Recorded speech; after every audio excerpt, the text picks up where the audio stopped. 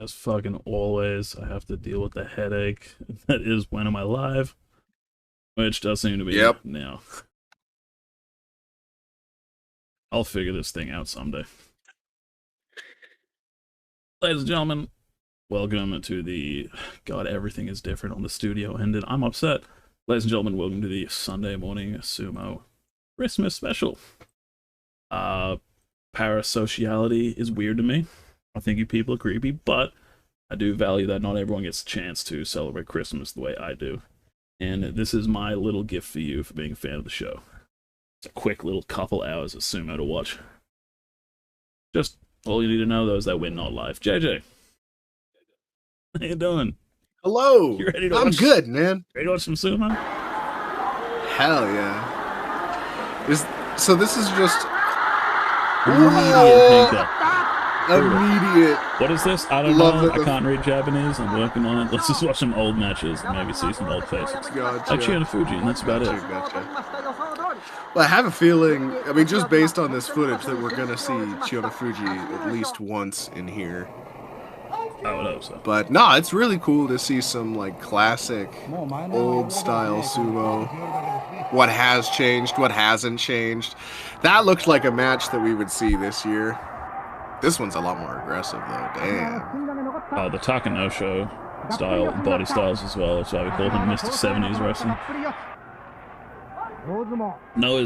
Noah's quote where it's like you need to watch like 80s and 70s wrestling if you want to be an amateur sumo, because like the body type and the skill set that the modern guys are going for just aren't really comparable. Ooh.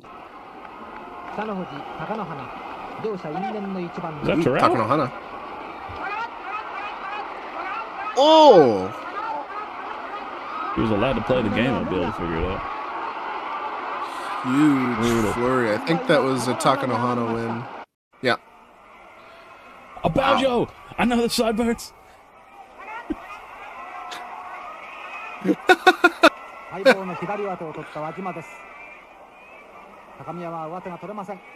AJ, how you been? Oh, I've been doing good. We've been moving forward a little bit with the Canadian Nationals. That's good to know. As of right now, it's set for the 11th of April, 2026. And it's going to be in Ottawa, which is the capital city of our lovely country. Not Toronto? Nope. I don't know shit about Canada. That's not true. Nova Scotia. And I only know about that because of Calvin and Hobbes. Oh, that was a charge on both men's part. Some form of Yokozuna, because the Boatwell is in the background. Oh, yeah. I love a vibe Space Tachio. It's real good. It's real good. Something I noticed watching the Chiyo Fuji documentary, he was on set. He was on track to beat Taiho's record of most matches in a row, which Hakuho later broke, but that doesn't really need to be said. I'm pretty sure, just watching off the documentary footage, they changed the knuckles down rule to being mandatory, like, during that run, and that might have stopped Interesting. Oh, like, that's interesting. Yeah, I think he was like 40 wins in a row, and then they brought in the knuckles down rule, which who wants to do? Well, that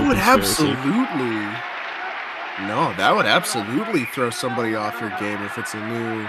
Because like even now with that recent change to amateurs, where there's that extra beat for the regulation matches. Do you remember that? Yeah, I fully support that for the amateurs, though. Oh, I do too.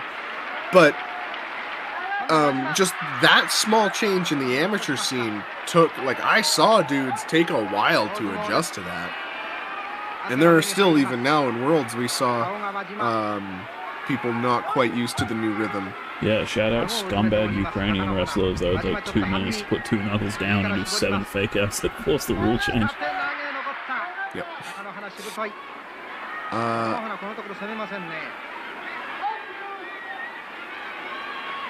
But no, I could definitely see why this is a fantastic match. Rubber band banner like that. We had one of those at the Melbourne tournament. Oh yeah. Yeah, where it was just like 2 minutes. It was like, holy shit. I had so much fun down there, man. The Victorian crew, which I've noticed there's a difference between Melbourne and Victorians. Oh yeah. Oh yeah. Even if you're like outer suburbs Melbourne, you're considered northern or Victorian. They just do not like going towards the city. And what's really fun is that because Victoria is so flat, you can see the skyscraper CBD center. So you can like, you can be in the outer suburbs and then just go, fuck that place. Yeah, I met the Melbourne. We have to take a minute. Oh, right. Is this where they pour the salt over their toes? Yep. Yeah.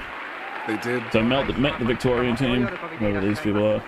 Had a great time. Met Carlos specifically. You've probably seen me chatting to him in the Discord. Yeah. Just that leg hook defense. He defended a lift out. Bro, fuck Melbourne. Hang on, let's look at this. God damn, look at him go. Huge throw defense too, dude. Both of these guys are crazy work. Victor just collapses in exhaustion. That's a match that leaves you like breathless, dude. You got nothing left after that. Yo, look at those legs, dude. So you Hokuto Fuji?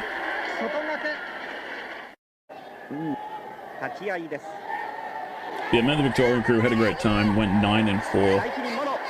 Bronze was 10 wins, and the playoff for gold was 11 wins.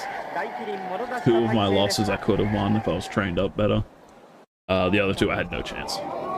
So I could have got 11 but didn't, so I'm a little bit upset about that, but I've also trained like twice since Worlds, because Brisbane is in a bit of a transitory period, so I really haven't got much work in.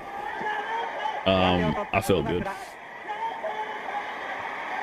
One of the problems with doing Oshi Sumo is that you kind of have to hold back in training because it is light sparring. You know, you take it to the ropes and you don't want to fully throw them because you can't accept you've been beat, stuff like that. Getting to just go all out with Supari and just beat the brakes off some people, man. It's probably a great feeling, huh? Do you have all of your matches or just the one that you showed me? They're all recorded in parts.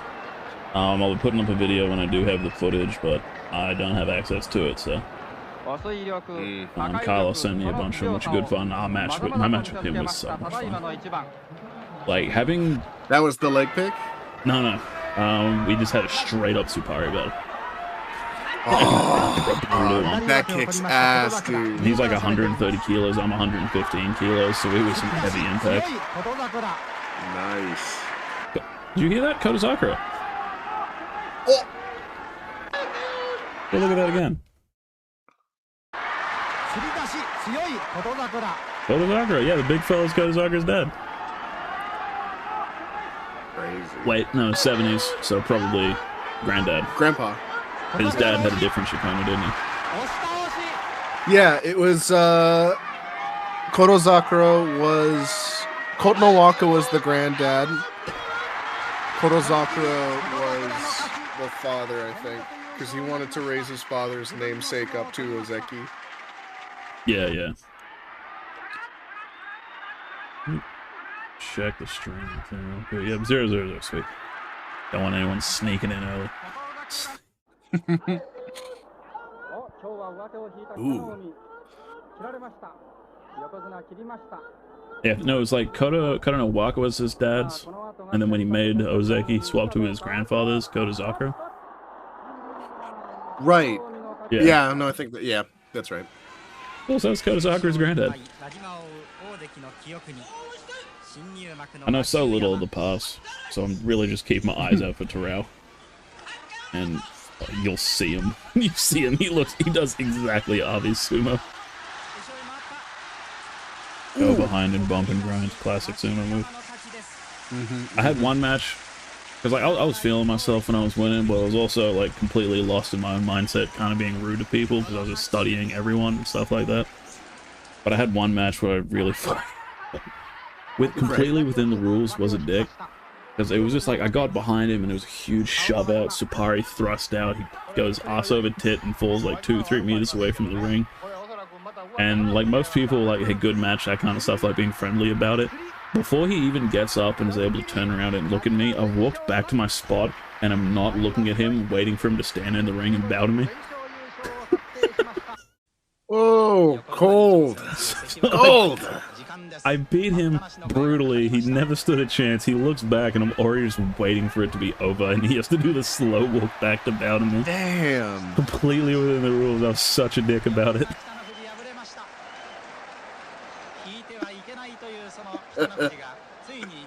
But then we did the classic, you know, just chat, be friendly afterwards. Everyone had a good time, share advice.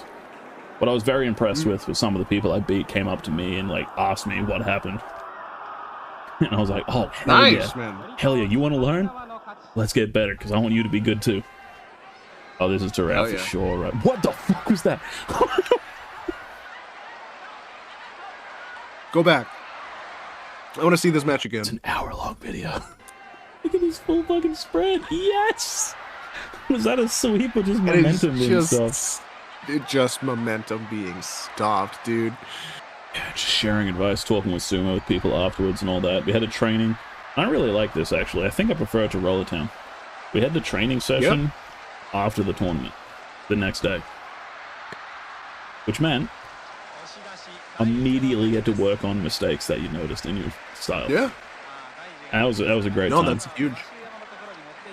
We also for you at home, by the way, this is very... JJ knows what's happened. JJ knows what this is like. After a tournament, you just kind of, a bunch of you end up back at the one house and you're just watching sumo. There's a Hakuho documentary that inevitably gets put on. There's a Chiyo Fuji documentary that inevitably gets put on. There's like there's like 5 videos that we've probably seen like 20 times, but they're perfect background footage for post sumo tournament. The Hakuho 15-0 inevitably gets put on the last Sensho. Oh, for sure. I got to tune up the band because after Melbourne we came back and there's 5 of us sitting around the TV, and this one guy goes, "Oh, I don't know, there's a lot of pressure. I don't know what to put on." He puts the remote in my hands. I think you know what I'm about to say, and I immediately go, "Spinning Fish 10 hours." Which is a brilliant joke of mine. And because it's not because I put on Spinning Fish for the crowd, because everyone's tired enough that they don't care, and they do just one fish spin around and say, "Won't you take me to Funky Town?" What makes that is that someone who's out of the room eventually walks in and just sees 4 people chilling watching the fish spin on TV. And that's why the joke's brilliant. You remember how angry Corey got at me, right? Yeah, what the fuck I was about to say, the second part to it is that behind that one, you also play a video where it's random pipe clanking sounds that randomly pop off every 5 seconds to minute and 30 seconds. I used to do that bit a lot with 42 Opinions. And the one I remember so clearly was, it's the only time I've seen it happen, where it was the Vine boom sound. Oh, yeah. And then John's trying to say something, and I, dong, and I, dong, did I just get double donged? Like, I think I did.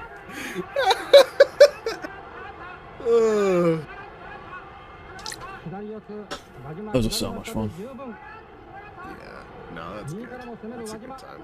The post-sumo tournament vibes are always so good, because everyone's sore and tired and ready to chill, but no one's ready to go to sleep. And you're just hanging out. Good throw.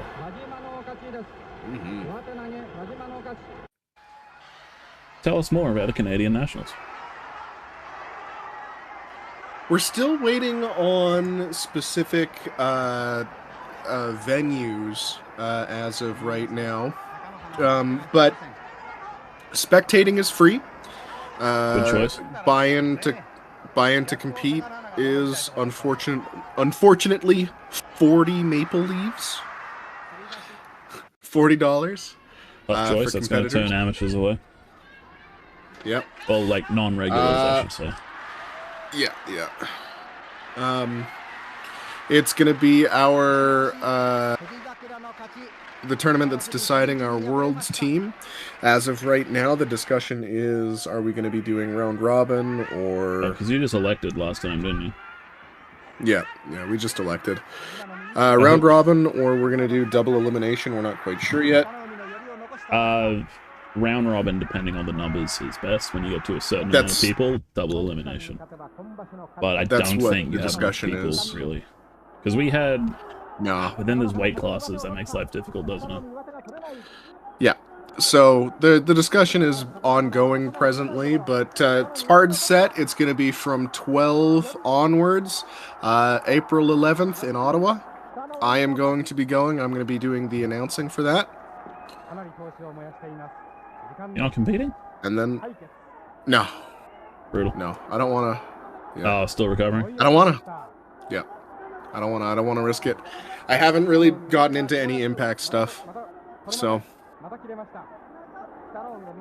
Oh, speaking. And also, I'm having a good time. Speaking of fucking recovering, so fucking timing was unfortunate. Ex-girlfriend of mine that I'm still cool with, sent me, because she's been to hospital for a sprained ankle recently. Sent me a photo of the injury, and then typed out the message that was meant to go with it. So if I checked later, everything would have made sense. But I'm just chilling on my computer, and out of nowhere, just get feet pics from an ex.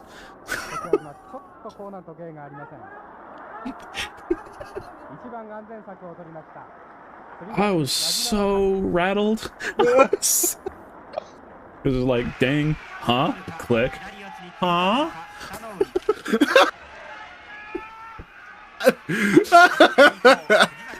Oh, that's spoken to her in like over a month either. What the fuck inspired this? Like, what the shit?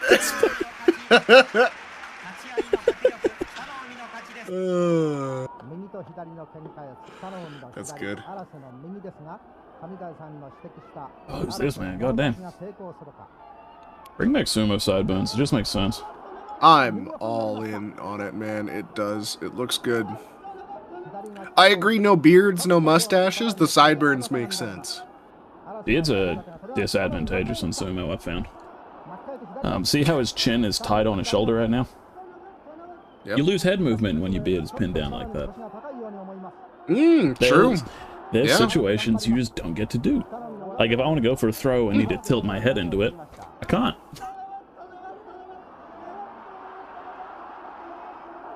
So, for the best. See, because mine's trimmed enough that it's not like it can really catch on anything. Yeah, I realized it's hidden, but like when it gets around this length, it can just pin and I can't do anything. Yeah, like short beards like yours, completely fine. Oh yeah. You want to be an absolute dick, shave 2 days before, and then just have the stretcher. And just rub up against them like that.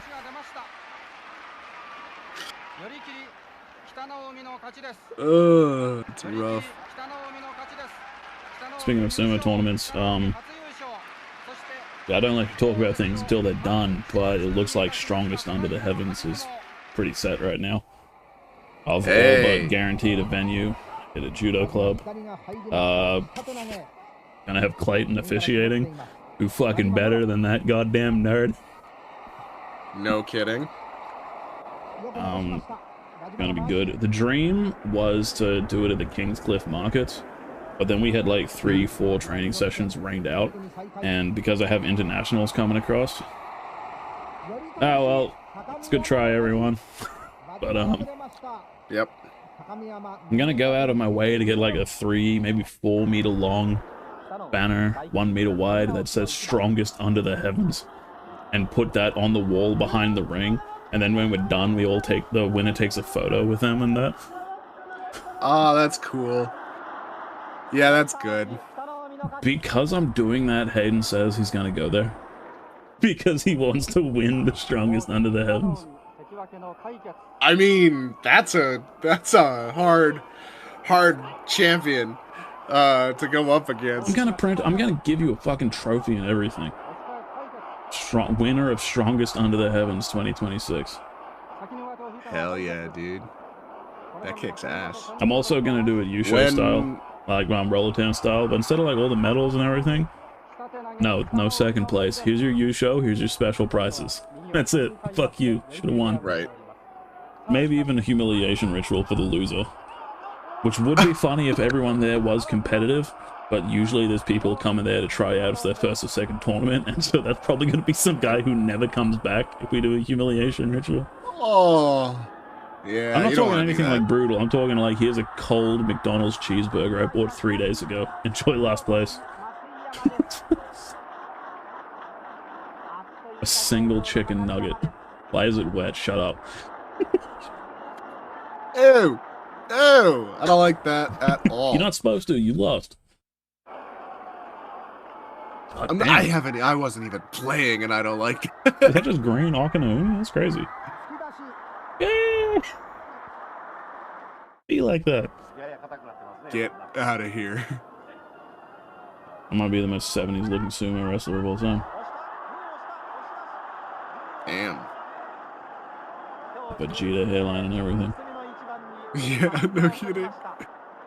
Nothing set in stone, but Strongest Under the Heavens 2026 is looking pretty promising. Do we have Corey and C look like they're coming anything? along. I've got some of the New Zealanders interested in coming along. Apparently, the Europeans are just fucking ready to rock at international.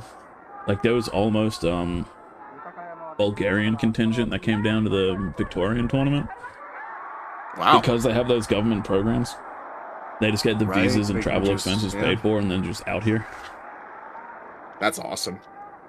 That kicks ass. Which, by the way, funny as hell, because the Victorian club, Northern Sumo it's called, is only like 6 months, maybe more old. They wanted to have a tournament, like just an in-house tournament.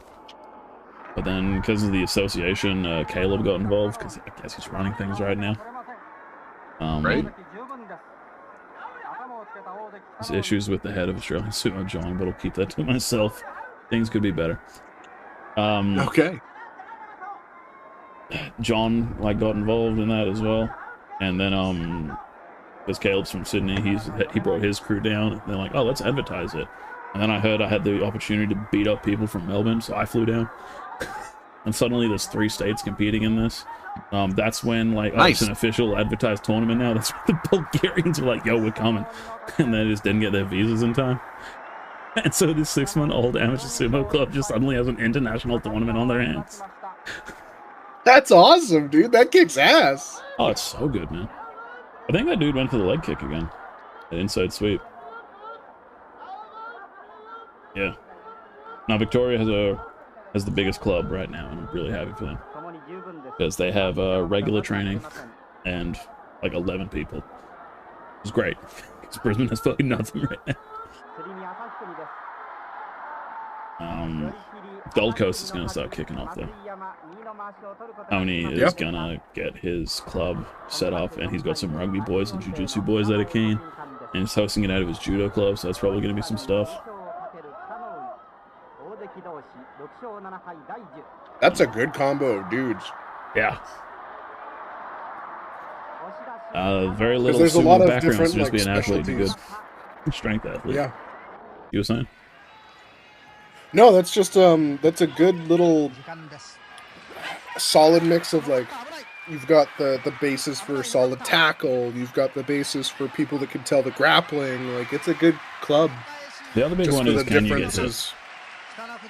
Yeah, true. True. And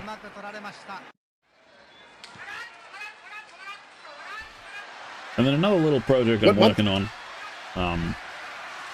Lucille Deadman, the former WBC women's minimum weight Muay Thai champion. She's recovering from shoulder surgery because of torn shit or whatever. She's out for all of 2026, but she is good enough to start training again. She will be in shape, and then 2027 she's going to start competing. I planted the seed. She seemed a little interested because I showed her some of the because she was only 45 kilos when she competes. She can get heavier. Women's lightweight is 65 and under.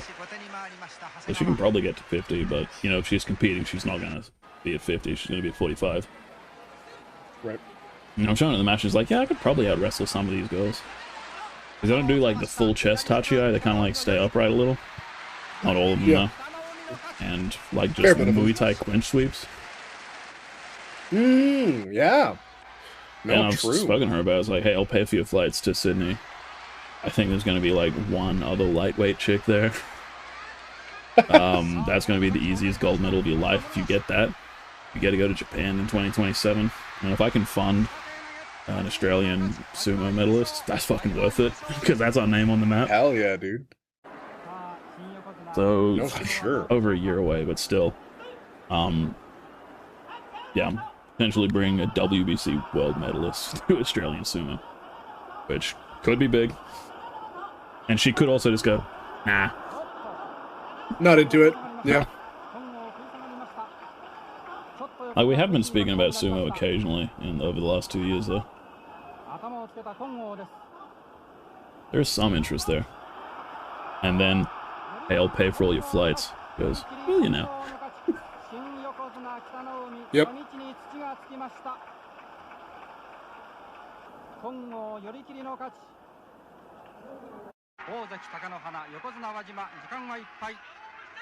Builds are so different.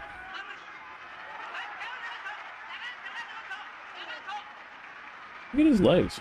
This is a top division guy.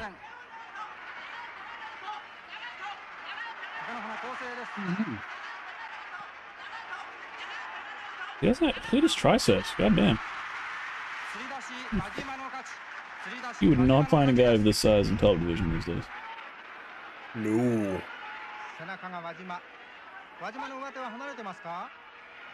Wajima? Loose belt. That's a loose belt. I've seen a few loose belts, actually. I'm also seeing a lot of leg picks to defend lift outs. I'm also seeing a lot of lift outs. Then again, these matches are cherry picked as fuck, so it's not exactly a good example. True. For any of you wondering who want to watch this video at home, fucking, there's half the title in Japanese because Hayden's covering it up. Hang on.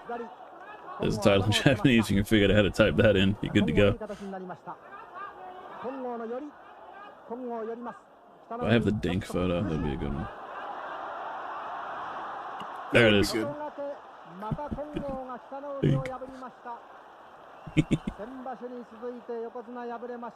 Mr. Anderson suggesting that, a very good one. Dude's funny as shit. He's been in in India for like 2 months now, and I haven't asked why yet. This is very confusing. I get weird updates on that guy. I got a bunch of friends that are just. I'm no better. I got a mate in India. I got a mate in Antarctica right now. Hey Goose, where are you? Oh, I'm doing sumo in Japan. What the? I'm just fair enough. In the streets of Thailand for the World Championships. Sumo. I don't. We're a weird group. We get along. That was a hell of a vibes touchy, I mean. And then the reversal. Damn.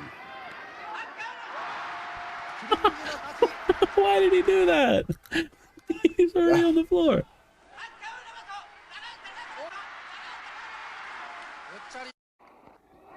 Bro. I think that's Terrell. I also don't know what he looks like. I'm just kind of going off the style. I see a skinny-ish guy doing Supari. I'm just going to say it's Terrell. Fair enough. That was good defense for a while. Yeah. Hard to beat. Yeah, fuck it. That's Terrell until proven otherwise. Agreed. Oh, yeah, buddy. Oh, yeah. He's at far back, too. Nice. Yeah, that's super interesting. Oh. Oh, yeah, getting to the place I was staying at in Victoria. Rocking up to this guy's house at like 11 at night. He's on his couch playing Space Marine 2 on the TV. See the counter below the TV? There's like 20 different 40k books. Nice. And just... Nice. Oh yeah, buddy. The 50-minute drive to the... Whoa. What the fuck was that? We're good. Need to do a little bit of cleaning down there. Not feeling it. Alright, we're okay. The hard to reach part of my desk I had to do some negotiating with to get that can back. I assume I was walking out of her. Oh yeah, so the 50-minute drive is me and the 40k nerd I'm staying with, and there's one other guy who was silent for the entire drive because all we did was talk 40k to each other. On the way to a tournament, we were going to beat each other up, by the way. Like, all three of us are about to fight, and you just have to fucking listen to that. How did he do? Did he use that in his matches, or what? Didn't come up. Although the funniest shit, the guy whose place I'm staying with, I versed him on the first match of the day. Alright, Goose versus Snowy. And we're just walking up to the ring smiling at each other like, oh yeah, that's how it had to be. Oh, what is this? This isn't the Kokugikon. I don't recognize this arena. I don't either.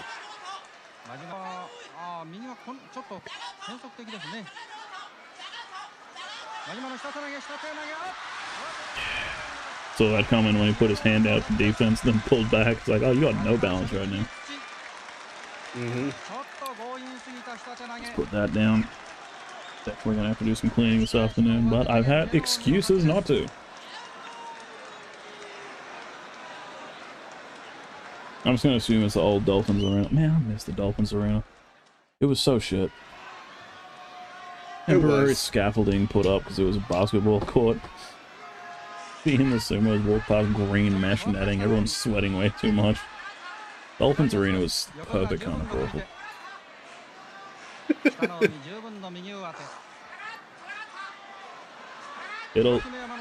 don't know if this will make sense to you, but you have Burger King in Canada? Yep. Called Hungry Jack's over here because there was already a Burger King, so they didn't win the lawsuit and just changed the name. Like, not a lawsuit, but a legal battle. Beautiful. Yeah, yeah. Here's the fun part. No one has ever seen the original Burger King. No one knows if it even exists right now. But it's still Hungry Jack's, and they can't change the name because Hungry Jack's is too iconic here. Anyway, one of my favorite drinks in the world is Hungry Jack's orange juice. It does not taste like orange juice. That is a chemical solution that is orange flavored. And I love it. Tastier. I don't know how to describe it. It's the right kind of chemicals. It's the right kind of synthetic slop, and I love it.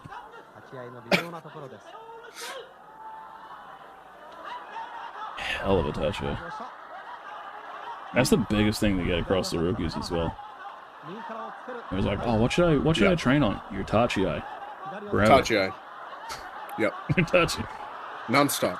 You'll win matches off the Tachi-ai. You don't have to do sumo if you have a good Tachi-ai. Yep. Yep. And then they don't realize they're doing it because they're trying to protect their face and things like that, but they do a sequence Tachi-ai where they pop up and then go forward. And the easiest way to explain that to them is like you throw a hook and then you pause midway and then throw the same hook. And it's like, that's what your Tachi-ai looks like.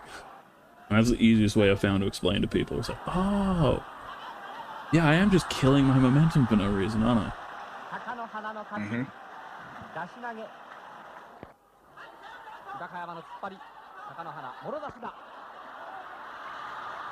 How the hell is he standing up to that? Brutal. Ooh. Huge throw. Never seen a headlock Uwadanage before. I don't even know what the Kamarate for that is. Intanayama, I think they said. I think it was Yutakayama. The 70s transatlantic Japanese voice is hard to pierce, but I trust you on that. Another leg pick defense. You don't see those as much anymore. No. Oh yeah, what about it?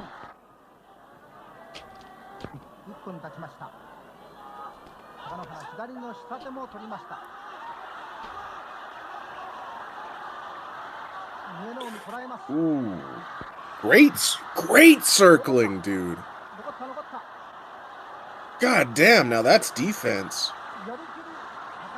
Didn't work in the end, but damn. More people to message me on Discord, but because I'm using the cameras for Discord, because this operation is bad, yeah, I'm gonna have to look at my phone.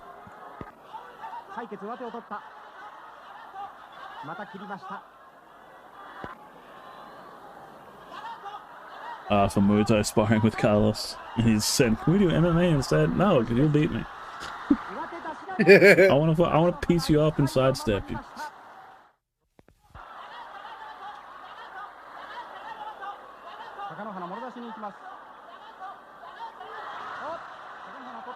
God, the balance on some of these guys, man. Shiko is crazy. Yeah. They don't have the biggest legs, but like the shit that they can achieve.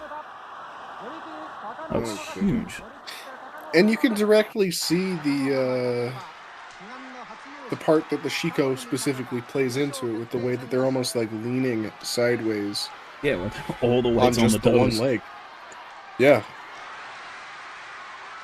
Very slow anchor attempt. So there were big fellas like this back then. Yeah, but they were by far the sustainably big, you know. Mm-hmm. And then Kanishiki showed up and said everything. Yeah. You definitely didn't see a. You don't see Kaya. That's for sure. The butter boy. That killed, by the way, when we were doing the post matches. It's so fucking relaxing when you just get to do some of your staple jokes that you've worn out with other people to people that haven't heard that shit before. It's go, oh yeah, look, oh you mean the butter boy? Ah, oranges in red, the jam man. Ah. I gotta be inventive when I'm on the show. I gotta keep changing things. I can just sit here and press my joke buttons and be okay now. This is great. Mm-hmm. Yeah, it's awesome. It's self-sustainable now.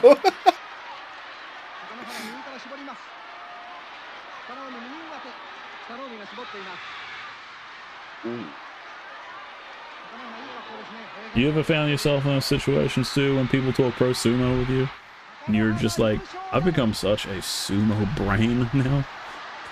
Dude, it's crazy. Yeah, it's insane. I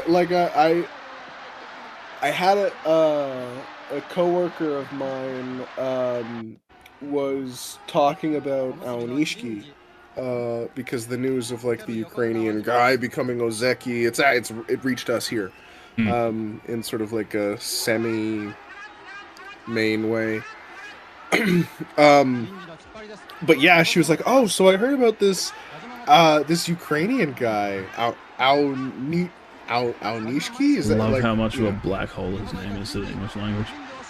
It's really funny. But like she said that, I'm like, oh yeah, this guy, and then I just like I had to fight to just yeah, I just had to fight to not spew everything. It's really funny. I've had moments like that where I lean into it, but the thing I say is, oh yeah, all right, look, I'm gonna be saying a lot. Don't ask questions. And then I just give him the full spiel where it's like, okay, so Aonishiki made Ozeki because he got his 34 wins off of the last 3 matches in the Sanyaku, Sekiwaki, and Konosuba respectively, coming up through the Makuuchi, which is top 42 guys, and he beat Yokozuna Hoshori, who's a higher rank than it, and you just give him the full fucking rundown, use as much Japanese as possible, but you start it with, I'm just gonna straight say this to you, and you just have to be okay with that. This is a fucking Oshi match, though, dude. Like, goddamn. This is a fucking boxing match. Speaking of, Shout out the weirdest fight weekend of all time. yeah, it's good. Anderson Silva won with a... hard to even remember it. He did Flipped it. his ankle, Fainted the grabbed knee. it, swapped to southpaw guard in orthodox stance, faked a jab, threw an uppercut that landed right on the button. It was such a complex movement. It was weird. By the way, I need to box Clayton at some point. 'Cause I need to punch him in the face. Not out of hatred, out of love. Because, did you listen to him do his year in review with Sumo Mainichi? I did, but what was the part where It's you... like the fifth time where I've heard him saying, I don't understand why Hoshoryu just let him do that. Okay, Gladen, put these gloves on. Now, don't let me punch you in the face, okay? And then I'm just gonna feint a hook. Oh, you pulled your hands together? A feint an uppercut. Oh, you pulled your hands together? Hook. The uppercut was never landing. And then when I punch you in the face, I'm gonna say, I don't understand why you just let me punch you in the face. You didn't. I took that from you. That's how fighting works. Yep. I love Clayton, don't get me wrong. I don't even think he got into a scrap in school. God. That was bananas, by the way. That was crazy. That was like the reverse Ura armpit move. Yeah. That's the only match they've done a replay on, by the way. Right, I don't blame them.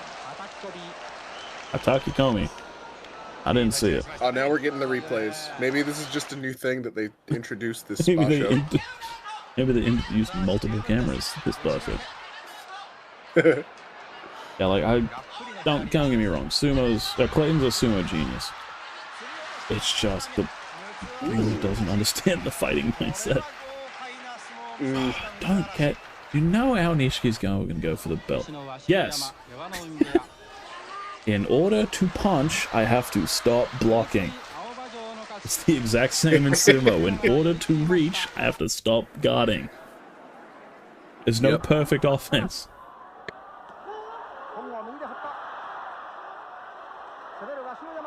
I wonder what the initial attitude was to Knuckles Down to begin with. Because when you put I'd be interested to know. Because we're too used to it, but like the vibes-based Tachiai, well, if you put your hands on the ground, you've lost. Why would you do that for the Tachiai? God damn. Yeah, true. When people say I don't have empathy, I can feel what other people feel. How I hurt them. I use it against you. That's such a deep stance. Gold belt was in such a wide, deep stance. Who, once again, I'm just assuming is Terrell. So is this guy. Nah, he's not too deep a belt grip. Now he's reaching for the belt. Yeah. Yeah. And he's getting blasted back with the Oshi. God, some of these Shimpan must be some of the most stern motherfuckers you've ever met in your life. 50s sumo legends who are now judges. Crazy. I'll get mad at you for walking wrong. Jesus Christ. Takanohana. Good win.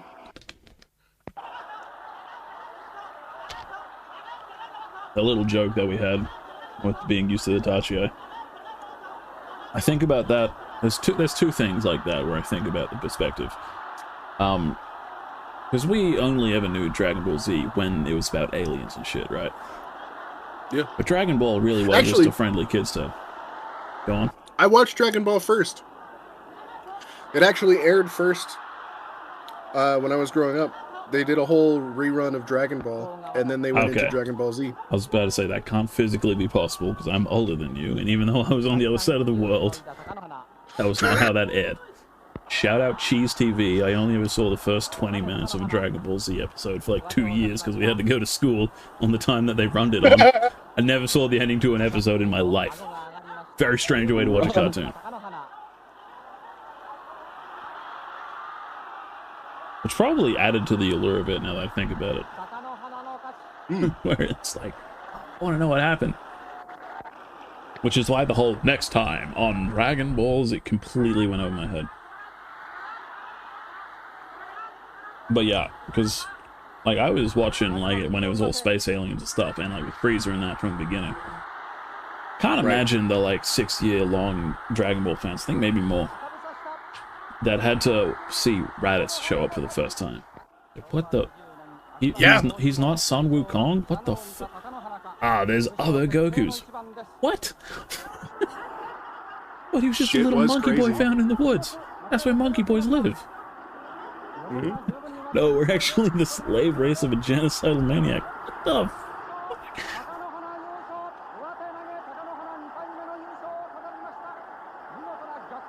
Get the pillows.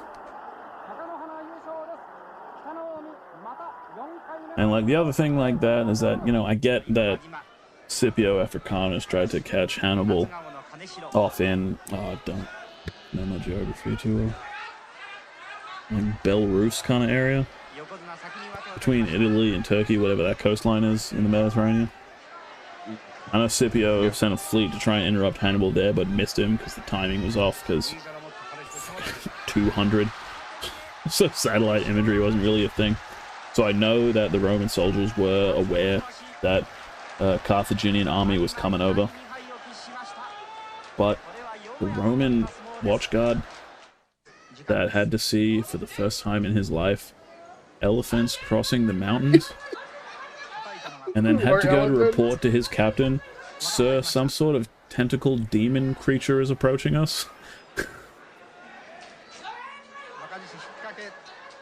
Sir, there appears to be some big fucked up horse on the way. It's got 2 tails. One in the front, one in the back. I don't get it. It looks like it has living armor. Lift out. Nice. Nah. I had something similar like that in the movie. I can't remember. Oh yeah, I know it's like very perfectly done in Apocalyptico, whatever that Mel Gibson movie is called. Apocalypsis? Yep. Apocalypto? Apocalypto. I got it wrong twice. Where it's just tribal junglemen. Yeah. Yeah. Encountering a Spanish galleon for the first time. The most complex structure you really know about is like wood huts. And even then, they're not like carpentry nails locked together boards, right? It's like woven together with string. Well, no, at that point in the movie, there's stone statues and everything, and big mud huts like a huge that. Temple. But those were few and far between. Oh, for sure. And so just being on the coast and then just seeing a fleet of galleons show up. And like you have stone tools at best, and these guys show up in plate armor. Like fucking space aliens have come over to take over the world. Oh, it was crazy. Yeah, it was insane. I don't believe... What was the dude's name again? General come up. Anyway, I don't believe the story of him burning his own boats. Oh, Cortez? Yeah, I don't believe that. I think they got jumped. Like, alright, well, we're getting rid of our boats because we can't lose anymore. Are we going to repurpose the 1,000-year-old oaks that we used for these boats and all the cannon that's on board? No, we're going to burn it to ash. But they're on the water. How are we going to pull the... Don't worry. No, they got jumped. I believe the Aztecs were like, wood, fire. Yeah.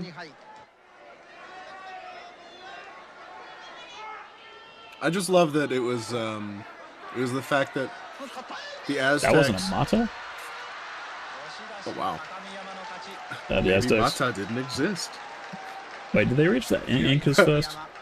Aztecs were more north. Yeah, so they came up, they interacted with the Inca and the Maya. Sorry, that dude called him and they- Mono E. Look at the grandpa in the crowd.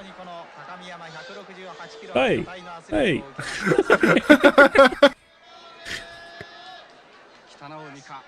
The Inca and the Maya.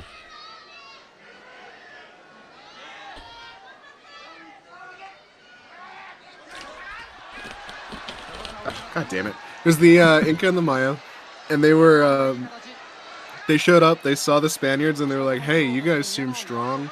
You want to help us fuck up the Aztec? They've been fucking with us for like Yeah. Actually, at that point, it wasn't even like, it was a generation, basically. Aztec weren't a long-living empire. I'm not too well versed on that, but I'll take your word on it. It's also like, because the record keeping is like how much of it was empire and how much of it was like a city-state and then people that were cool with them.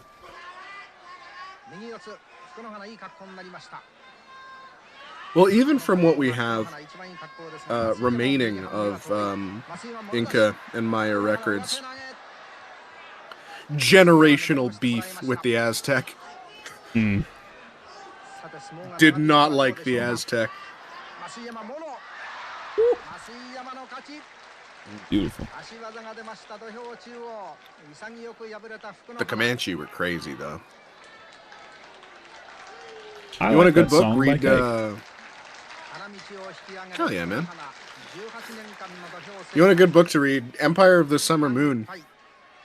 It basically chronicles the Comanche. Mountain people. Go ahead. Mountain people. Yeah, they were mountain people. Got beat up by basically everybody. Just like we're exiled to this shitty mountain range that grew nothing, basically had nothing in it, so they're very low-level subsistence hunter-gatherers. Rediscovered horse riding after the Spaniards brought a bunch of horses. Basically, at that point, they had gone wild, had basically repopulated America. A lot of tribes were basically just using them for meat. The Comanche were the first to actually figure out how to use them as horses. So they figured out breeding, they figured out how to, like, basically just animal husbandry for horses. Such an uphill battle initially trying to domesticate horses. Yeah, but they were the first to do it. Boom, skull gone. Yeah.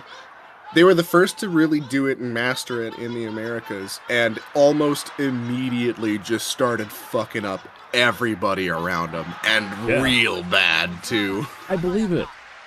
Wait, you mean you have the ability to travel without burning your own stamina? Yeah. You mean you can keep a sustained 15 Ks an hour, and you don't have to do any work? I believe it! Not even just to mention the, they became absolute masters of horse archery, like to the Mongol levels. They were doing the same kind of they would hang off the side of a horse and hang underneath it so that they would be able to shoot underneath the head of the horse as it was running. So they were using their body as the horse's body as cover while riding the horse, all without a saddle. Of course. There are still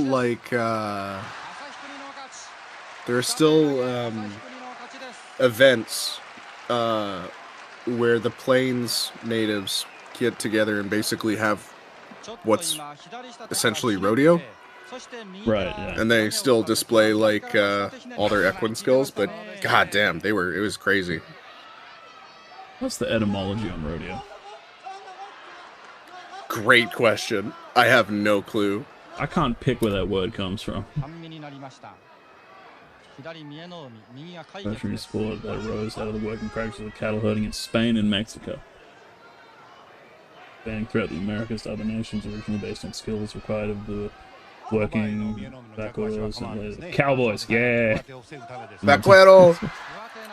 Alright, looks like rodeo is an old Spanish word. Mexican, Spanish, I don't know. Sounds kind of Spanish now that I say it aloud. Yep, it does. And so yeah, rodeo was just the word that I guess the Spanish used for what the tribes were already doing. Speaking of reading, picked up 2 books recently.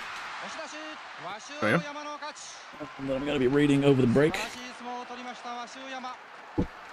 Oh yeah, you mentioned Yeah, in the Discord Way of the Salt, and what was the other one? not that. This one to help with the channel, learn a little few things. It's reversed, but what they teach you at Harvard Business School. You know what I'm about to do, don't you? I know exactly what you're about to do. What they teach you at Harvard Business bitch. School, a lot of business tips and marketing tricks, really, how to, you know, grow a product. And what they don't teach you at Harvard Business School. I have in my hands the sum total of all human knowledge. Not a lot. You're gonna be too strong, Goose. You can't read it. You can't. You'll be too strong. The sum total Look of at all these human knowledge sideburns. in my hands. Damn. And yes, I will be doing this joke one more time in the January bar show.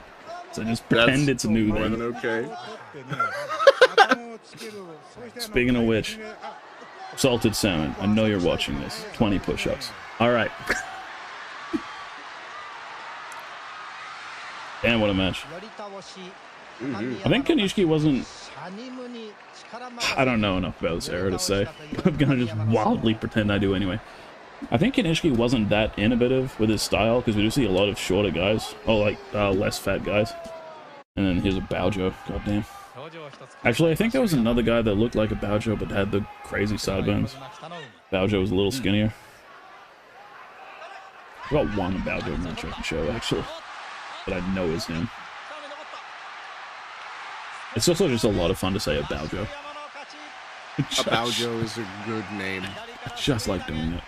I'm probably getting it completely wrong, but the way I say it's a lot of fun. If somebody showed up in top division with the name of Baojo, I'd be happy. This fucking Terunofuji classic. No! Bless her heart. Where is it? I'll just let this run, shouldn't I?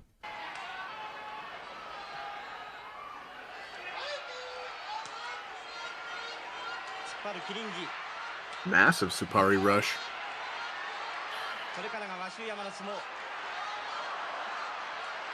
Struggling to finish the attack, though. A lot of really good defense and circling from his opponent. Damn. And there we go, reverses it. Drives Here it is. Here's a Baojo match. No, it's not. I just saw the purple belt in the thumbnail, but let's watch this anyway. You know what? No. Never mind. Hey, B. Wajima. Yeah, they really don't do the leg wrap defense. They do less lift outs as well, though. True. Hokuto Fuji? Here he is. A Baojo. My boy. Look at that. Ah, damn. So yeah, that other guy looks a lot bigger than a Baojo, but I recognize those sideburns. This is maybe the greatest sumo match ever. Oh! Plant. Yeah. Yeah, I've seen this match. How do you... Yeah. How do you reconcile with that? Like, well, I mean, it's Chiyonofuji, so... You've got him dead. You just accept it and move on.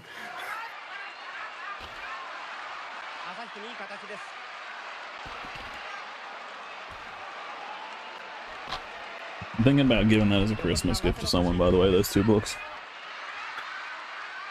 It's the sum really total of all human knowledge.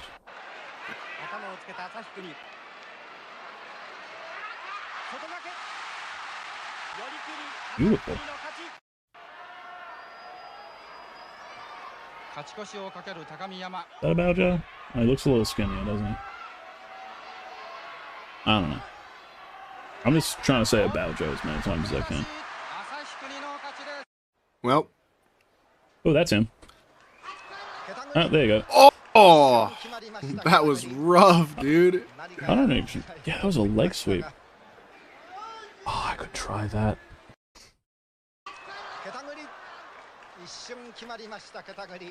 What does he do? He shoots hand to the... Forearm to the face, so hand to the side. Yeah. And then slapping down with the back and that leg. That's going to cane your shin. That's pretty beautiful. Mm-hmm.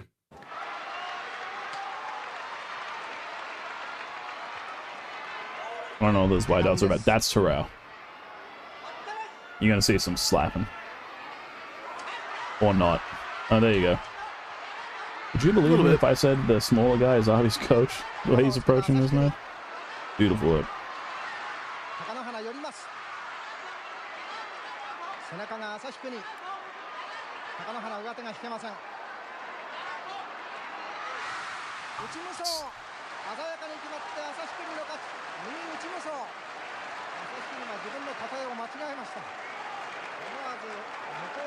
Oh, damn.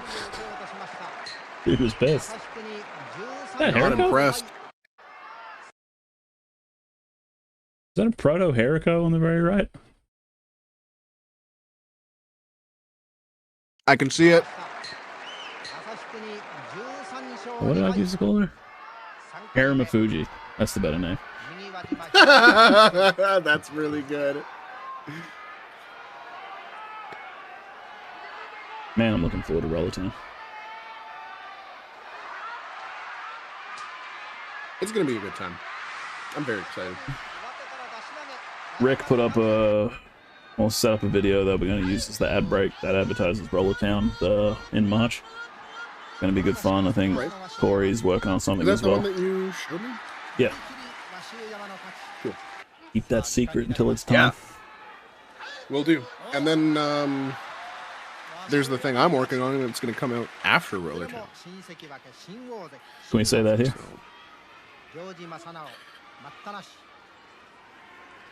No stress if you don't want to. Not yet. Okay. No, not yet.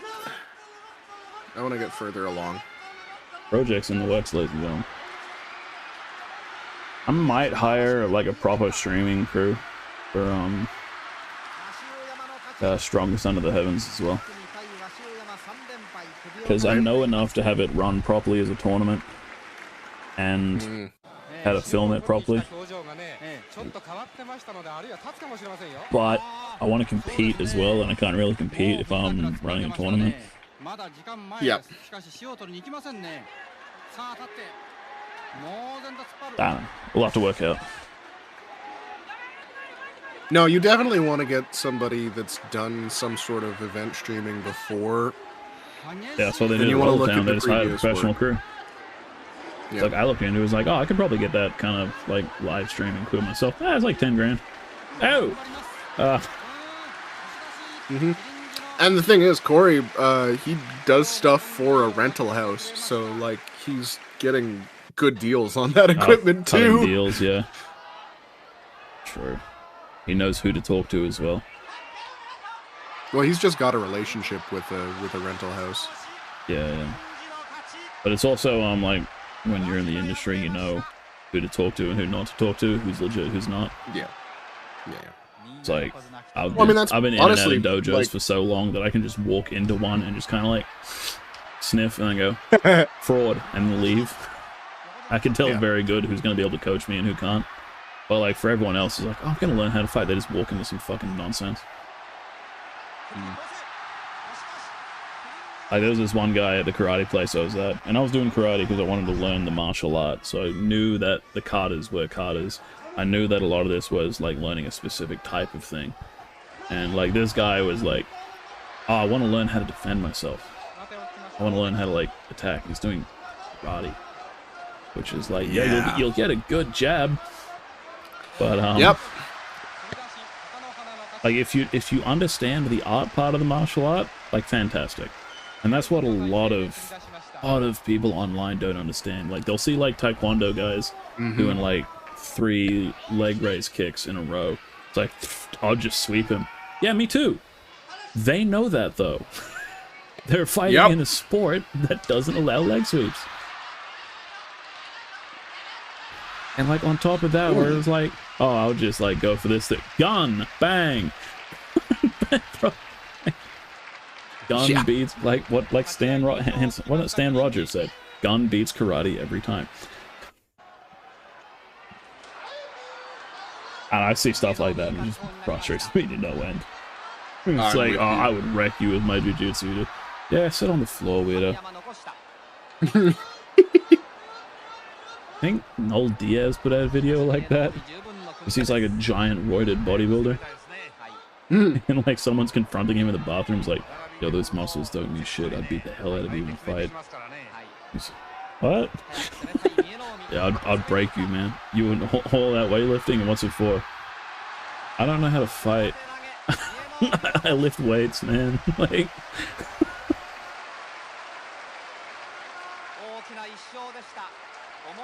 Yeah, that's not about you. I just got it mixed up. Because that dude in particular is the one banging the drums in the Chiuna Fuji documentary. That beautiful video, and I've had that mixed up this whole time. The 5 meter apart Henka. I love it. It's such a strategy.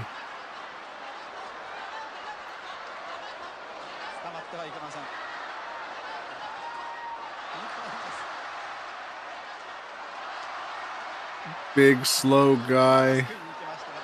Just trying to hang on for dear life and it just isn't working. You just outworked there. Constantly in the above position is really hard. Shit like that's why I say sometimes being the little guy in sumo, but not too little, is good. You're just naturally lower shoulders, you're just naturally like in the pocket, for lack of a better name.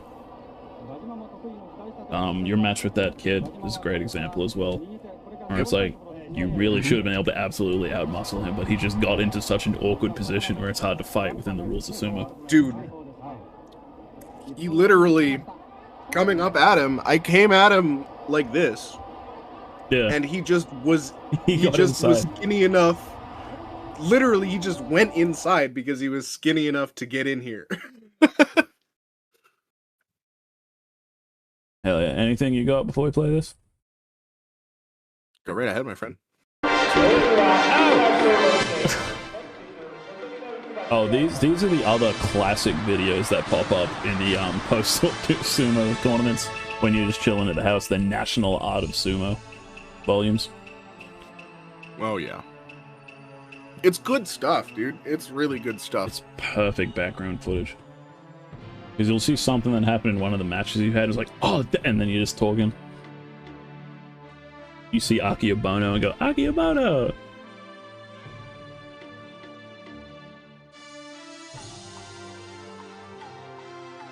Yeah, because, like, Ben was that kid's name? Yep. It's like, this is what I'm talking about, where it's like, I would beat you up, bro. In, like, a scrap. He gets into that position with you, and you just crush his skull like a grape. I pick him up and land on him. My god, is that your completely unexposed back elbow? By the way, one of the most tragically funny things I've seen is the 6 to 12 elbows finally being legalized in UFC again. And then, like, the first use we see of them is some chick elbowing another chick in the butthole.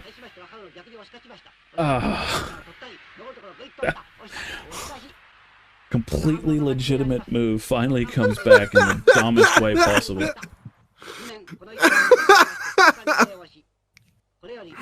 That's funny. I've been waiting for that one too. Give me soccer kicks next. Give me Pride FC back. Actually, I don't know how much of this I can show, but you know how cool Pride was? Pretty cool. So the CEO, or the owner at least, I don't know the word, of Pride now works in Ryzen. And my god, does he still have some of that flair that made Riot? That, the fuck? What are you saying? He still has the visual flair that made Pride so good looking. This was Ryzen's 10th annual, and this actually is. Because, by the way, and I've been doing some thinking on this, because sumo means to strike. It's not technically a wrestling term, which is why it's like, oh, sumo's a 2,000-year-old, 1,000-year-old sport. No, grappling people is a... Oh, that's the dude! That's the best ref ever. Oh my god! Yeah, so the sport of sumo is 400 years old. Because it's under the same organization as was back then. The act of sumo, which means to strike, which I'm pretty sure is why they refer to as the tachiai. It's not like arm thrusting, it's not like oshidashi stuff. It is to strike, is the way they start the match, is to clash into each other, to strike. In the same way that boxing kind of means to punch, you know. 50s sumo, yeah. Hell yeah, man. That's so cool, dude. Sumo kicks ass, bro. And to those wondering where I saw the Man Festival for the first time, yes. If you know, you know. Yes, he did tell me. That's all you need to know. That sounds weird to people that aren't in the know, but I'm all okay with that. That was a Japanese MMA event. Let's clear that up. Because I'm aware of Gachimuchi, okay? I'm not explaining any further. That wasn't some weird thing. That's just an MMA event. Oh, holy shit. I just reminded myself of something beautiful. We're taking another homosexual detour. Hang on. Wait, what do you mean? I've seen nothing even slightly homoerotic here today. That's a problem. That means you're used to it. Oh, what's the song called?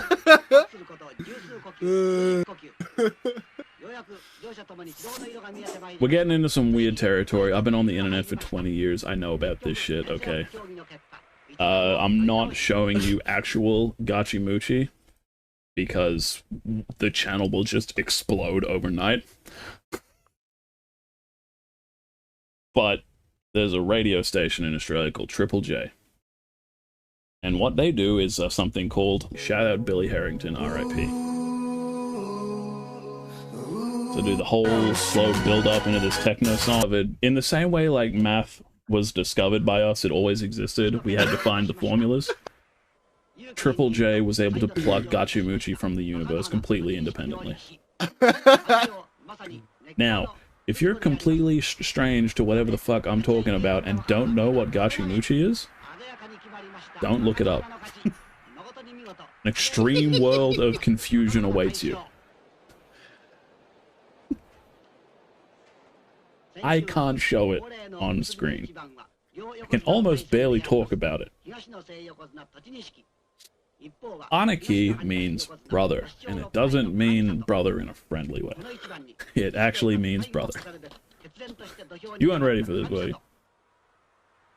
Look at these fellas. That is just Takara Fuji, isn't it? It does look like. Alright, so there were some pretty big boys back then. There were. I mean, definitely you see guys that look like this. Like, that's a very familiar shape right there. Really is just Takara Fuji. Well, yeah, like Yukata Yama was huge. He's so happy! Look at how happy he is! What a fella. What an all-time fella. Ooh, I'm having a good time. I really should stop talking about Gachimuchi, but it's very, very rare whenever it comes up. And just the Triple J thing is on my mind. Man Festival, Gachimuchi, sumo wrestling, it's all kind of related in a way. I wonder... This is gonna blow your mind, JJ. And I'm never beating these allegations. You're familiar with my door, right? Yes. You recognize that fella? I mean, if it's...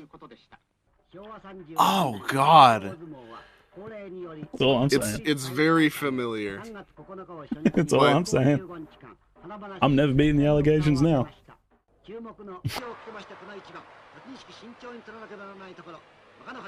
Some of the first movies ever just getting burnt for the mercury and no longer. There, get in our Discord. No, I'm talking to Server them, on. Goose. Not you. I'm not talking to you, Goose. I'm talking to you. Not you. True. True. My bad. Because, like, you can't send a telegram to a phone. So, like, old methods of communication aren't transferable. And, like, the big one now is that, like, old mobile games, because no one uses Java anymore, and all the old mobile phones just don't get used anymore, a lot of those just, like, aren't accessible. Like, video games from 20 years ago no longer exist, basically. It's like, oh, they're not worth, like, storing anyway. Maybe, but with what we know of history, like, there's efforts to, like, preserve our history. And in some small way, they do matter, and it's emblematic of a bigger issue, where it's like, if you just, 200 years from now, if you just come across a CD, will CD players even exist? How do you access all that data? Not to spook you out or anything, but it's possible our entire human existence will just be erased and forgotten within a couple hundred years. Oopsies. It is pretty spooky. No, it is pretty spooky. And yeah, no, it's not great that we're getting away from hard copies of stuff, especially because the system that we have in place, if it goes down, then that's it. Yeah. Like you can bury a rock. It's etched. Yeah, 3,000-year-old stone carvings still there. Yeah. But all of our stuff is stored on battery life. Wait, is this the Mono E? No, they went back too quickly. You know what I'm talking about? This bearded ref lost his job over in Mono E because the 5 judges communed and overturned his decision. And as a ref, you're supposed to go, oh well. He stood there for 10 minutes in the middle of a tournament and upheld his own decision and refused to back down. And after 10 minutes, he finally relented and was like, this stuff that's more important than this match. We got to keep this going. All right, decision overturned. Fine. He gets infinitely suspended from sumo. The newspapers the next day post the photos. He was right. He saw it and he knew, and he refused to let just a random wrestler have one match lost because he knew he was right. His pride as a ref was on the line. The photos come out. The public outcry is huge. Gets his job back 2 days later. Hell yeah, dude. The legend. That's crazy. Think about the aura that man must have had. Walking back in. Walking back in after all that would have felt so good. Howdy, bitch.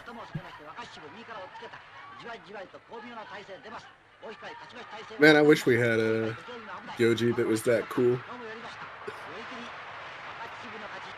Not really familiar enough to say the old head Yoji apparently was a big deal, but yeah. Like, I saw him in his last years where he was tripping and getting calls wrong and kind of pulling apart. I was like, oh man, cool guy. Just, oops. Yeah, it was time. It was time. Yeah, end of his career. Like, goddamn, like the vibes when he was retiring, man. When he was doing that one call, Abema knew to have the camera on him and not the wrestlers. Him getting the flowers after the final one, and then Hakuho pulling him aside at the last second was like, hey man. Then you kind of realize, like, wait, that dude's a 65-year-old ref. Hakuho's almost 40. He literally was reffing throughout the start and finish of Hakuho's entire career. He saw the entire thing from start to finish. And there's that little moment like, hey man, good work. Thanks, Hakuho.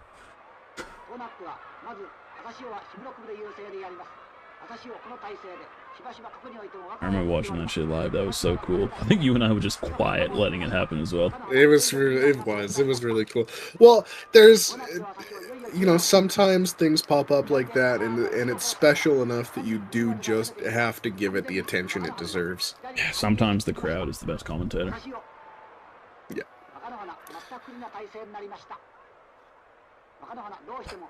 Some of you guys in the chat, though, Jesus Christ. Shout out Al Bundy yelling at Hakuho in our comment section for some reason. Yeah, You see it that? makes no sense. You see that, little boy? It's so That's good. how you win a sumo match. Bro, first of all, you're speaking in English. And that's the first of many problems.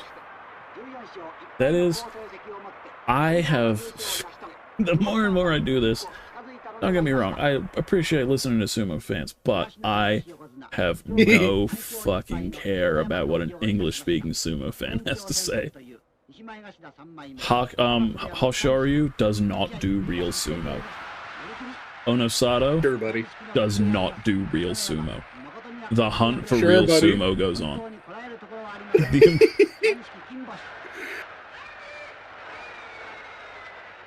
And I already have to deal with this. You know what's funny? Hmm? You know what's really funny is that you don't hear Aonishiki doesn't do real sumo, and he doesn't.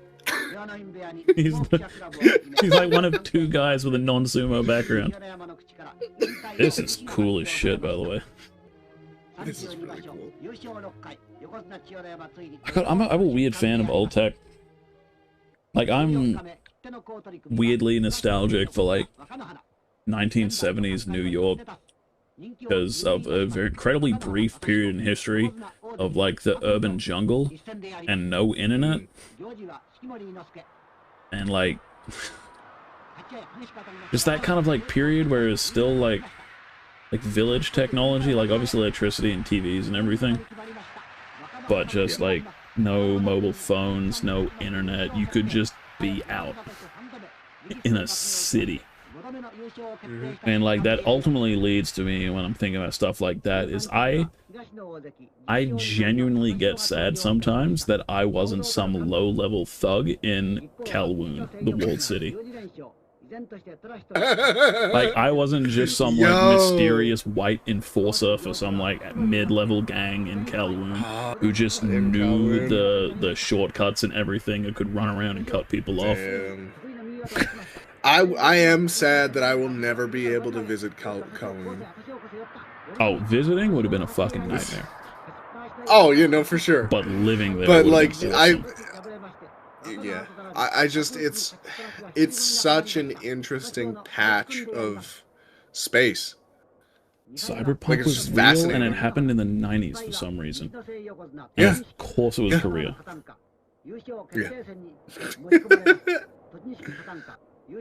Like, just like, Goose, we need you to, like, stand in front of this door for 3 hours. Something might pop off. And you're a 6-foot buff white man in Korea. That's gonna be intimidating. and yeah, and just, like, just knowing the shortcuts, like, dealing with, like, the leaking AC units and just running around cutting through buildings. Because there were, like, bridges through multiple buildings in there. I've studied Kowloon like you wouldn't believe. I've seen maps of it, I've seen reconstructions, I've heard stories. There's, like, a book on it I need to get my hands on. And, like, that low-tech, high-tech, if that makes sense. Yeah. High tech, low life. Yeah. I get genuinely sad sometimes where it's like, man. Have you read Neuromancer?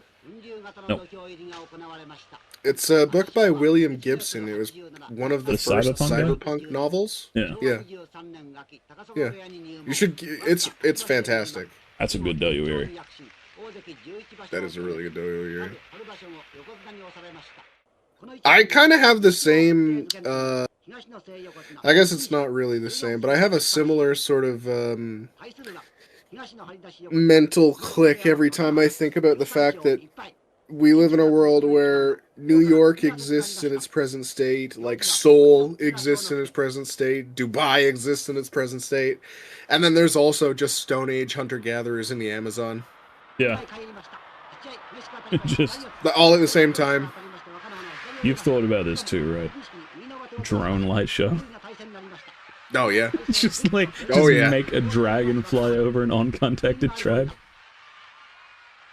There's a, like, Super Saiyan level version of that. There was, because there's still just, like, uncontacted Aboriginal tribes just kind of wandering. Oh, yeah. In, like, the 50s, there was one guy going out for a hunt that made his first, it's an Aboriginal guy going for his, made his first contact with Western civilization. when he saw a nuke get detonated for a test.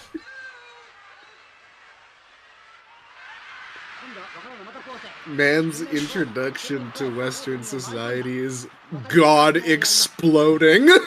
Stone tools and the ability to make fire was the height of this man's technology. Like, being able to read the wind and hunting tools was like the peak of his innovation. And then sees a nuke go off. Nothing would be the same. Physically incapable of understanding radiation as a concept. How do you tell people about that?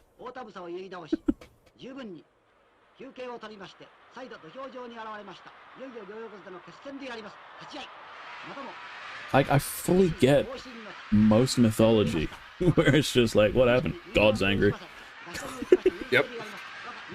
Yeah. Because Roadside Picnic's a great example of that. Where it's like, the characters spend their entire time hunting down these alien artifacts, but they're just, you know, it's a roadside picnic. It's just like trash left at the side of the road because you had a little bite to eat. Because, like, think about it. Imagine showing, like, a Kit Kat wrapper to, like, a Roman soldier. Okay, so here's flexible metal that's really good under tension, but you can You know bend what, it I real actually... quick. I think the Romans would probably get a fair bit of stuff. Oh, yeah, that was eventually, if you show it to the right people, they would be able to understand it. But if you just get handed that by itself, the point is, like, how do I replicate this? Right. It's like, how do I hammer iron thin enough that it can bend but hold its shape? How do I get the color to stick on it like that without paint? I can't scratch it off, I just rip the whole thing in half. Like, if it was explained to him, you could probably figure it out eventually. But if it was just shown to you, that's what Roadside Picnic's about. Which is dealing with alien Kit Kat wrappers. And it's like, this is life-changing knowledge to our entire civilization.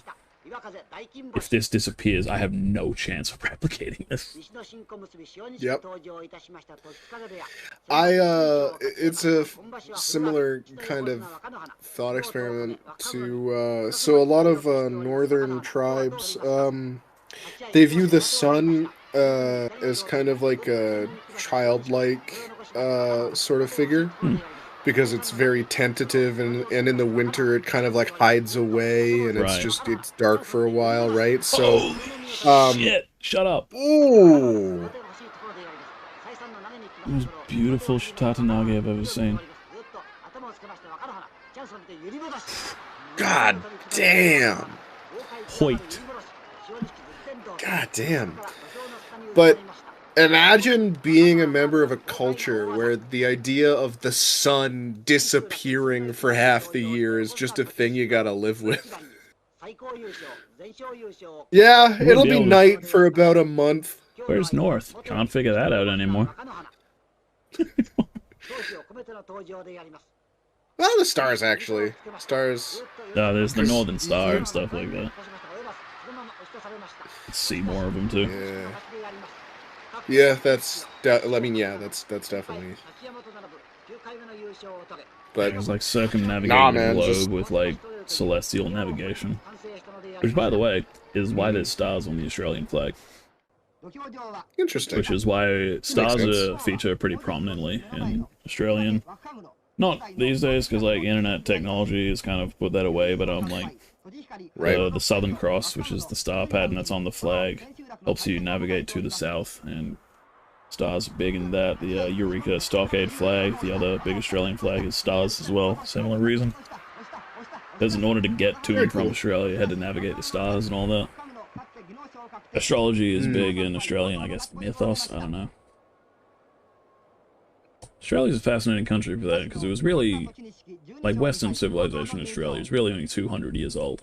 And so the ways we've adapted with modern technology, as I'll explain to you, like, there's no real, because everything was so coastal, there was no real, like, travel food, like pemmican and stuff like that, no real need to build survival food, because we really just showed up and was like, behold, cattle. Yeah. Yeah. And every hurdle trying to raise cattle had already figured out at that point. That's yeah. I mean, because that's a completely different kind of experience. Because like you have the days of outback travel where it's just rocks and dust and like Yeah. every once in a while root It's and like a branch or a bush tree. Burke and Wills, I think they're called. Um, Get taught about these guys. Yeah, Burke and Wills get taught about in Australian history. In 1860 and 1861, it was the first European group to cross the continent from south to north, reaching the Gulf of Carpentaria. Two English gentlemen walked the whole length of the country through absolute shithole desert. It's fucking incredible that they pulled that off at all. there is a point where you're traveling from east to west, and you hit the prairies, and it's just there's trees and woods, and then it's you go out of the woods and you look and it's just grass. The horizon is literally just grass. And you go and you can walk for days and days and days and days and still just have grass. Oh, the old U-Show car. Yo! Also, the ref was in it for some reason. That's fun. And yeah, so people just had to like, oh, this is literally just an ocean of grass that's in the middle of the fucking country. What's on the other side of this Like thing? in Mad Max where they're staring at the dried up ocean. Yeah. It's like, what's over there? Yeah. More of that. Well, what's in here? Comanche. Oh. There are a lot of first-hand accounts of settlers just like setting up camp in the middle of the prairie, lighting a fire, and then just one of them waking up and everybody is dead. Neat. Because the Comanche would just come in, kill all of them in the sleep, maybe miss one of them. Somebody would sleep under a wagon. Fucking everybody else would be dead when you wake up, and then you'd just be trapped in the middle of an ocean of grass. Holy shit. Was that old flash photography? Look at the smoke on the bottom left. Oh. Or was that actually yeah, smoke? that would have been. I No, think it it was was either somebody just actually smoking. It's way too sudden and I don't voluminous to be see- a puff of smoke. Yeah. No, Maybe, I don't know. that's cigar You level. didn't see any, like, bright light either. Yeah, it could have been just a big huff Yeah. of smoke. But I'm seeing some of those old flash cameras in the background. That's what got me thinking. Oh man, I had at one point a camera from the 1920s. It was like an old fold-out accordion camera Hell yeah. that you would like open up the front, it would hinge out, and then you'd have to like slide the lens forward. It was really cool. I have no idea where it went. And stuff like that. To this day, I don't know what happened to my lime green Game Boy. Just don't have it anymore. I get upset about that. Rip. But yeah, Australia is fascinating because, like, we do have, like, some, like, mythology, but we're such a modern, like, Western Australia. I get Aboriginals have the whole thing. Don't get me wrong. Like, Western, Right, yeah. Western Australia, not like the west of Australia, like English Australia. Whereas, like, it's so new and modern, and, like, newspapers had existed when the country was founded, so information could get out quickly. Like, people say, like, oh, no culture, but, like, it exists, it's real, but it's evolved in modern ways, you know? Oh, for sure. Because, like, the flannel is common because we grew shitloads of sheep, so, like, wool clothing was very big because of the sheep situation. Right. Merino, specifically, Makes things sense. like that. Kubra kind of comes from that as well. So certain survival clothing, like the Dryzabone coats, because you just need them. Oh my god, man. I need to get you a pair of moccasins. Moccasins are the best footwear ever, dude. Moccasins kick ass. Hell yeah. Ugh. I wear Jackaroo work boots literally everywhere. They're molded to my feet. And that is also like the sporting culture of Australia, where it's like, we got fourth Right. at the recent Olympics, Australia, 20 million people, grossly underfunded sporting scene.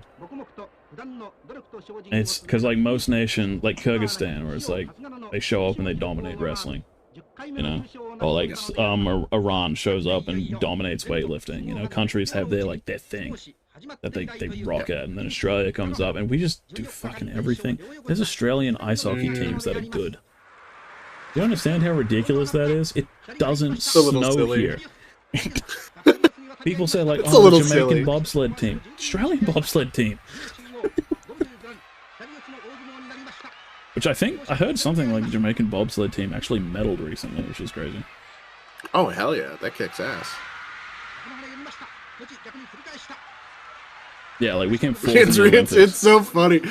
It's really funny. There is a notable difference between how Canadians perform in the Winter and Summer Olympics. It's really funny. I don't need to say it. The joke writes itself.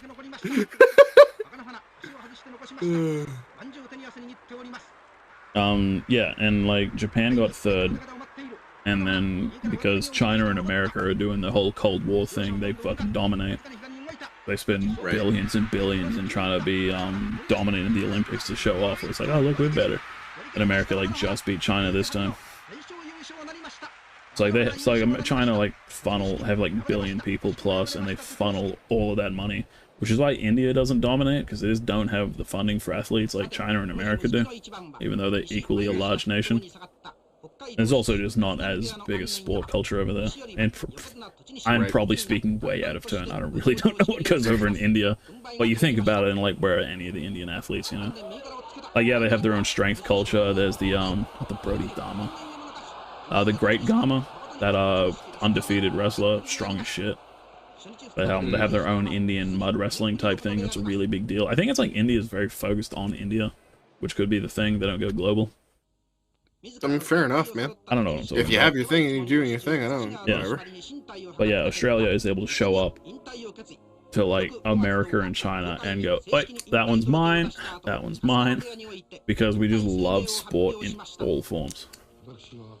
Like you can just drive around on a Saturday and just find so many different games. I've been to watch Australian baseball. I've been to watch Australian ice hockey. Been to watch Australian softball. There's a whole winter league that I was following for a while because it was fun. Yeah, cricket. I know a guy that was doing is it scuttling, shuffling, the puck thing with the brooms. Oh, shuffleboard. Shuffleboard, yeah. Like you just shoot the little stone thing on the ice. I knew a guy who did that. Very related to shuffleboard. Curling is so much fun. Curling is what I'm thinking. Dude. Curling is so much fun, man. I love curling. I used to curl for about 4 or 5 years when I was a kid. My cousin was she was silver in the qualifiers for women's Canadians Olympic team for curling a couple of years ago. I love curling, man. Curling is so cool. Another quick pause. Lawn bowls is like weirdly popular out here. Okay. Like you can drive past multiple lawn bowl spots on the way to get anywhere. This is the greatest lawn bowl shot of all time.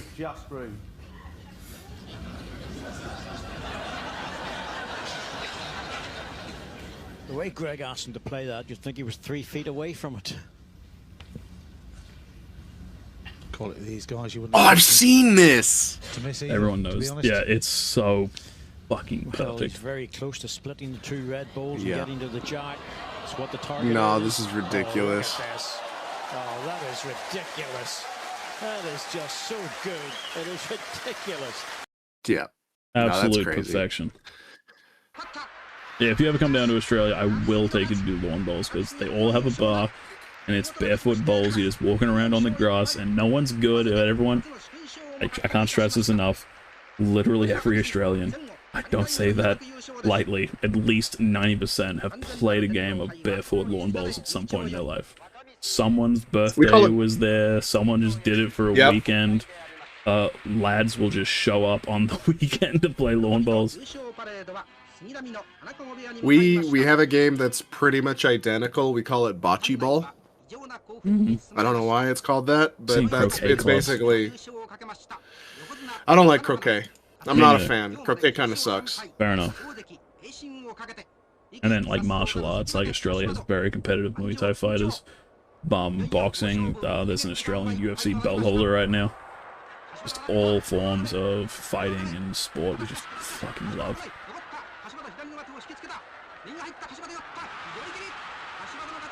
Which is why it's not a love of a sport, like, you know, like certain countries just love their wrestling. It is a love of sport.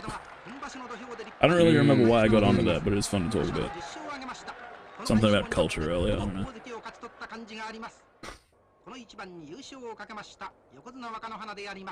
I got into a joke argument recently. I was playing Magic the Gathering with Asians.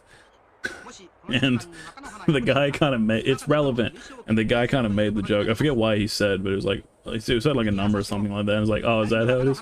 Well, yeah, because it takes like 5 white people to match 1 Asian for cooking. He was talking about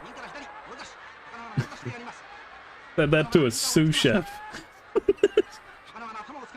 And we just went off and had a back and forth, and I eventually won the joke battle where it's like, oh, you've ever cooked with butter? You're welcome. And that was that everyone laughed, like, you know, bits over. That was good fun. Rare moment where I had to defend the French, though. Ew. Oh. Yeah, but like, you know, French cuisine.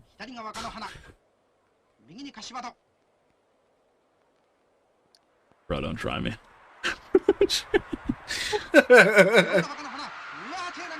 Just give me Yorkshire puddings. Mad Anka for real. I'm gonna finally try Yorkshire pudding sometime, and it's just gonna be bread.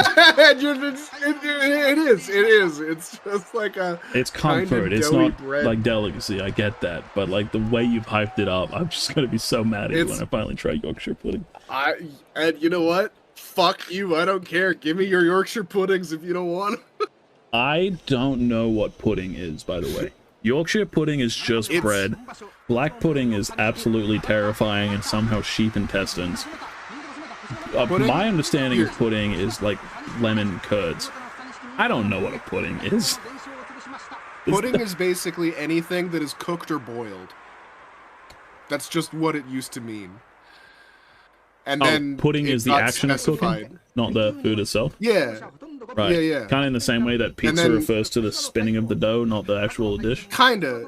Yeah, kinda. And then it just, over time, it's like, that's a pudding. That's a pudding. We're gonna call this pudding. It's just kind of the way it would happen. Usually, it's because it involves some sort of batter. Right. That makes sense. By the way, earlier thing I was talking about. If someone ever calls himself a chef, your first question is, what's your cuisine? If they don't answer, they're a cook. They're a line cook. God damn! It's why I stress every time someone brings it out. No, I never made chef. I was a sous chef. I was the chef's assistant. Because it's a big difference. If an actual chef caught me calling myself a chef, frying pans would be thrown at me.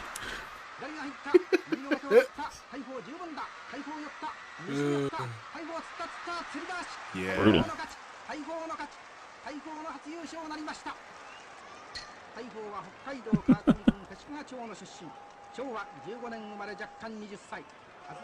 Asian cooking better than white people cooking. Brother, you don't use spices. Brother, we split the earth in half for salt, okay? We use spices. Oh God, that was one of the jokes I had. That was great. That sounds racist. No, we were having a good time. It was a great back and forth. He was giving it to me as hard as I was giving it to him. Nothing is better than a mutual racist fun argument. Yeah. It was all jokes. We're all good. Who's this guy? Is that Taiho? Yes, it is. They said Taiho like 40 times. I was yelling. Oh no. We got 5 minutes before we hit that 2-hour mark.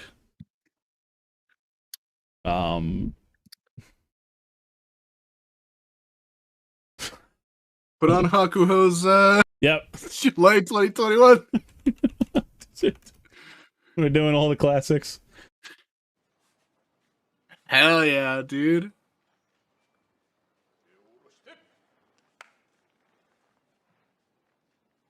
And this tournament brings me back, man. I started watching literally the tournament after this.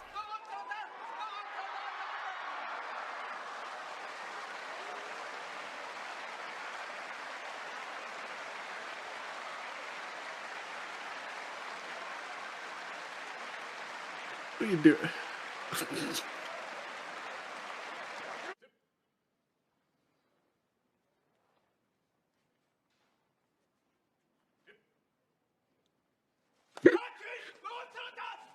Ooh. Endo. That's the Endo him. What a wild comeback and then fall off. Yeah, right? And now he's Oyakata, I believe. Yeah, I think so. I think so. I don't know. I need Daisho to come back, man. I need him to get back to Sekiwake. I mean, he Rip went 10-5 10-5 both times, didn't he? Not both times, I don't think. Let me see.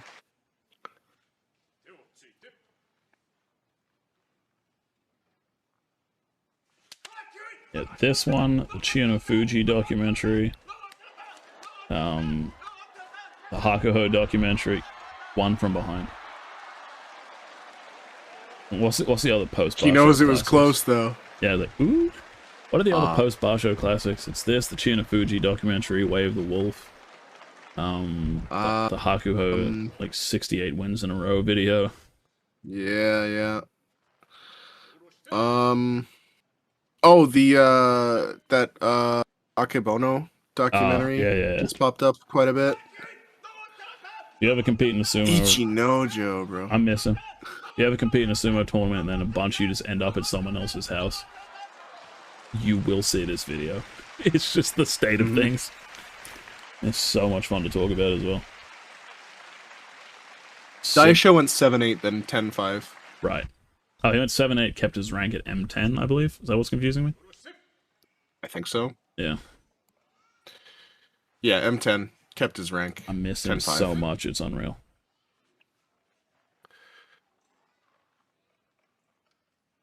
Wait, is this Hoto Fuji? Yeah.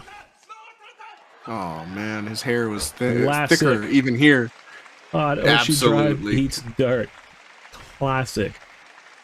Classic. Peak. Oh, here it is. And Toby's already decided to stay way back. You'll notice the length of this one compared to the other ones.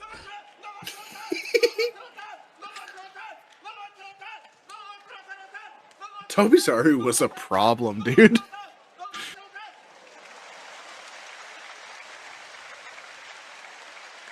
The no bite on the fake out. It's one of the most depressing things of all time.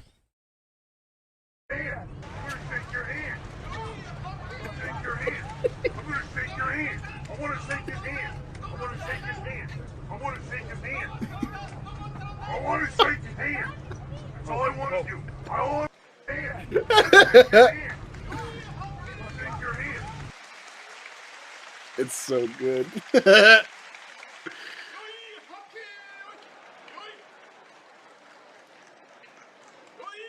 And then just the full stand-up. The full straight back.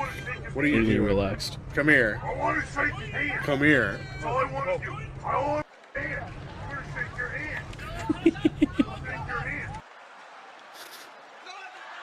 It's one of the all-time bits on the show. When we first made that clip. I want to shake your hand. Fucking showing up at Roller Town for the first time. Eyes locked. Spotting each other on the opposite side of the parking lot. Just point at each other. That was also the first time I heard your real name, which was funny as. It was JJ for like 2 years, and then you just shake some random's hand you then met before and went like, "Hi, government name," and I was like, "What the fuck?" Yeah. It's like I'm not used to it, man. It's the internet name. I was in person. I used my person name, Also, not the internet name. You also dropped your real name on the show once because we were doing the introducing yourself in Japanese, and I had to think about it hard because I almost did that as well. And then you just went ribs like, I'm smiling. Who cares? I mean, I'm competing under my real name, so it's gonna happen. But I've done a good job keeping a secret so far, and so have you. Thank you. Yeah, I miss him too. Oh man. Yeah, I miss this guy. God damn. Him talking about his retirement ceremony where they were throwing the buckets and buckets of salt. He was like, I was 12 years old on the Oki Islands again, man. I was back. Like, what a beautiful moment.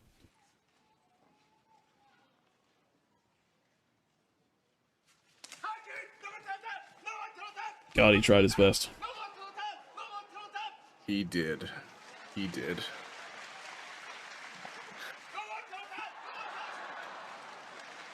It's crazy just how easy Hakuho makes some of these matches look. Never easy. Is that Perfect Temperature Man? From back then? Yeah. That was Perfect Temperature Man. He's got the scarf and the neck fans. It is! Got a fresh haircut, too. That was such a weird moment, seeing him at the Kokagi, kind of, oh, and then taking a photo of him, and then realizing what I'm doing. Just taking pictures of a random dude. Is that Takami Sakari? What? Takami Sakari. And the amount of times he's shown up in a very important playoff is staggering. I think he's at the Terunofuji one, too.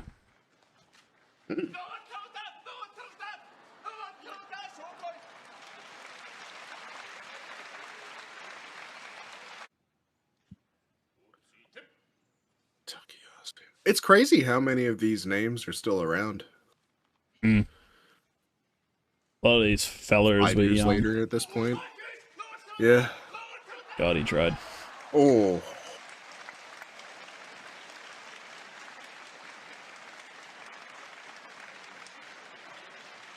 Hell yeah. Going up to a Basho as a Hakuho fan must be so good. Oh boy, the dude who never loses is here. I wonder how he went today. He didn't lose! Yes! No matter what I do, I couldn't beat Shodai. And then the head-to-head was like 7 to 5. 32. Yeah. Oh man, I just didn't know what to do. You figured it out 10 years ago.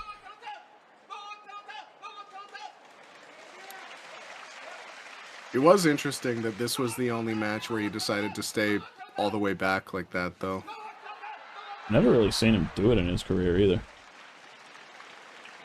It's like he got the idea from Tobizaru and was like, oh, I've never thought of that. That's what he says in the doco, at least. They show it better on, like, the full one, where, like, he starts at the Sakura-sen and then walks backwards. It's like, bruh. This match, though, still gives The me stare goosebumps, down, man. everything.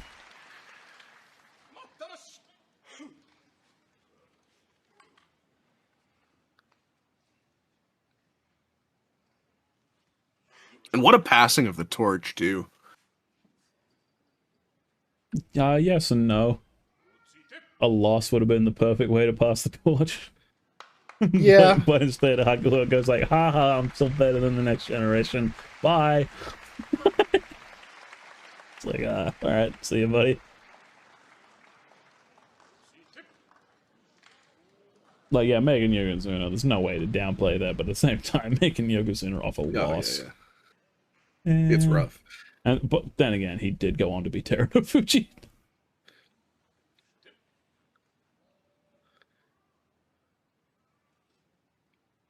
Beautiful.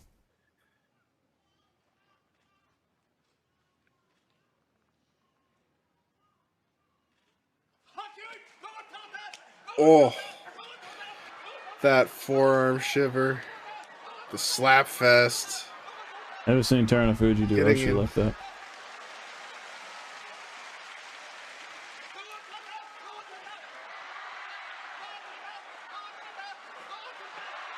Yes.